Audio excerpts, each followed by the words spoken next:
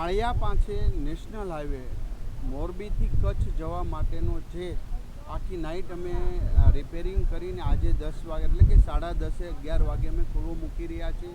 તમામ યાતાયાત કરનારા truck car બધા મિત્રોને વિનંતી કરું છું કે શાંતિથી અત્યારે અહીંયા ટ્રાફિક ન થાય એ રીતનું રોંગ સાઈડમાં પણ ન ચાલે.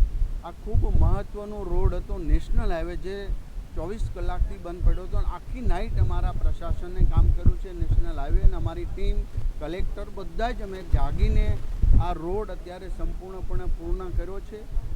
મોરબીના તમામ ગામોના સંપર્ક સાથે અત્યારે તમામ યાતાયાત શરૂ થઈ ચૂકી છે.